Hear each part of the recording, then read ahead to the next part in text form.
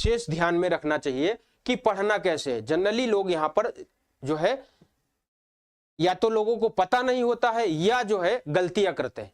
ठीक है, तो गलतियां किसी जानकारी के अभाव से या जानबूझकर होती हैं।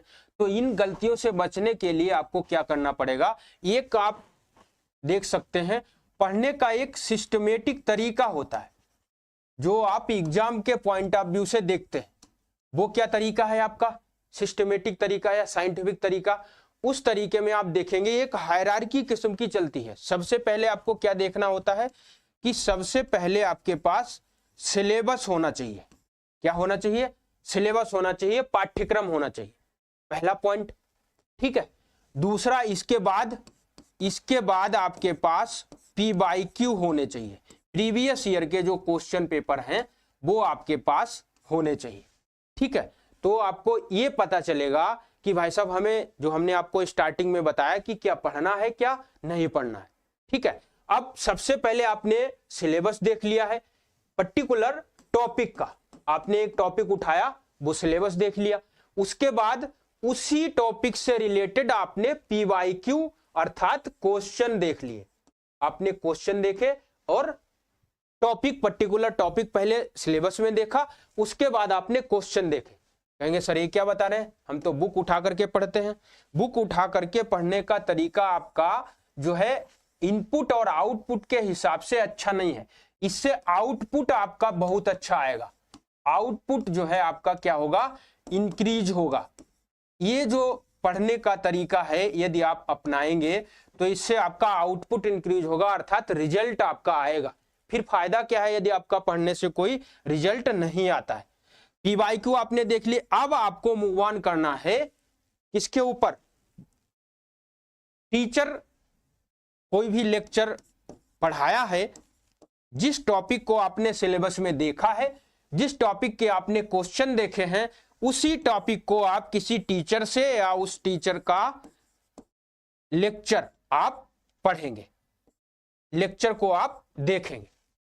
ठीक है, इतना आपको करने के बाद क्या होगा, एक सामान्य सी समझ आपको हो जाएगी। क्वेश्चंस भी आप जो है सॉल्व करने में अपने आप को कॉन्फिडेंस फील करेंगे और टॉपिक बेहतर तरीके से समझ में आएगा। देन आप मूव ऑन करेंगे, जो चर्चा होती है कि हमें बुक पढ़ना है। इससे पहले आपको बुक नहीं पढ़ना है, और बुक पढ़ने के लिए आपको क्या है, दोनों बुक पढ़नी है। इसमें NCERT को भी आप देखेंगे एक ही साथ। यदि आपका एक ही साथ यदि आप देखेंगे, मान लिया NCERT से आपने कोई टॉपिक देखा, वही आप लक्ष्मीकांत से आप देख सकते हैं, वही आप लक्ष्मीकांत की बुक से देख सकते हैं। ठीक है, या आप सुभाष कश्यप की बुक से देख सकते हैं।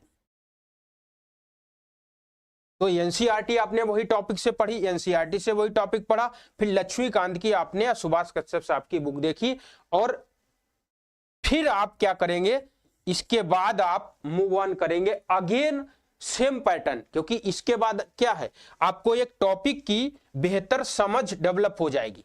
इससे क्या होगा, आपको जो टॉपिक आपने उठाया था, जो आपने टॉपिक उठाया था, वो टॉपिक आपको बेहतर तरीके से समझ में आ जाएगा।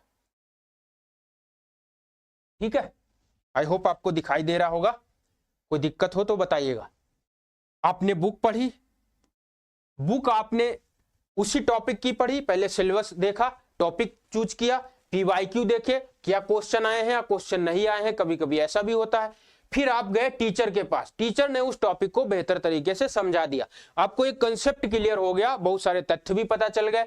अब आप बुक के ऊपर मूव ऑन कर सकते हैं। अब बुक पढ़ने से आपको क्या होगा, एक तो बुक आप स्पीडी पढ़ पाएंगे, आप स्पीड में पढ़ सकते हैं, बुक आप स्पीड में पढ़ सकते हैं, और बुक ज्यादा अच्छे तरीके से समझ में भी आएगी। ठीक है, आप स्पीड आपकी बढ़ेगी, ठीक है, समझ भी अच्छे से आएगी, समझ बढ़ेगी आपकी।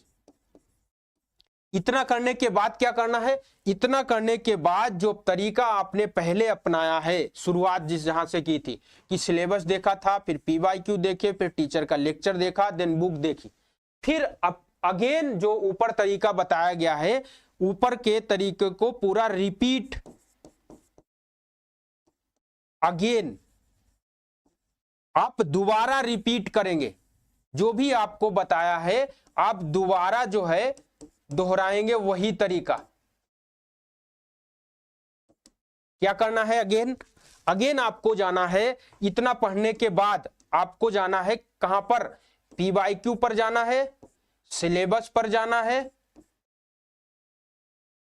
ठीक है, और फिर प्रैक्टिस पर भी जा सकते हो।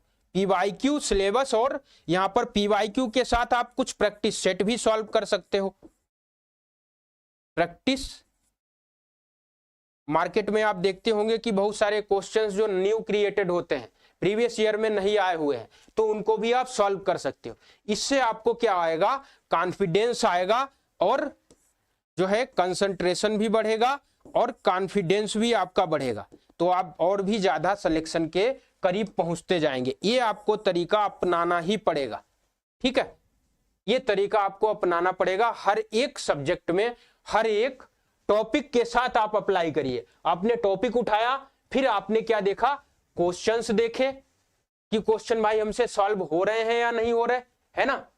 दूसरा, फिर आपने टॉपिक या सब्जेक्ट को समझने के लिए पहले टीचर का लेक्चर देखा, किसी भी टीचर का, बुक आपने इसके बाद पढ़ी, उसमें आप NCERT और हमने लक्ष्मीकांत या सुभाष कश्यप की बताई है। रिपीट करना है अगेन वही तरीका, ठीक है। आई होप आपको ये चीजें समझ में आ रही होंगी।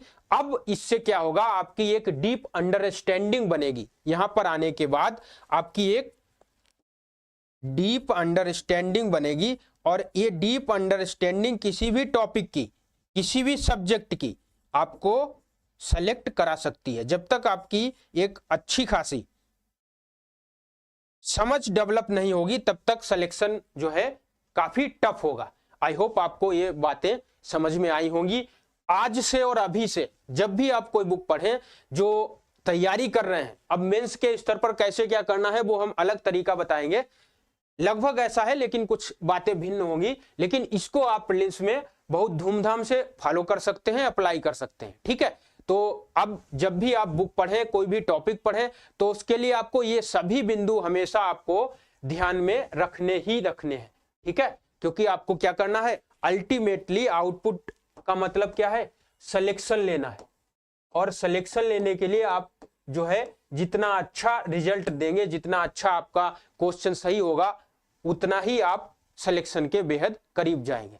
तो ये पहलू आपको क्लियर हो गया, बहुत ज्यादा जरूरी है। और ये फॉर्मेट आप एवरी सब्जेक्ट के लिए अप्लाई कर सकते हैं, एवरी सब्जेक्ट के लिए, ठीक है।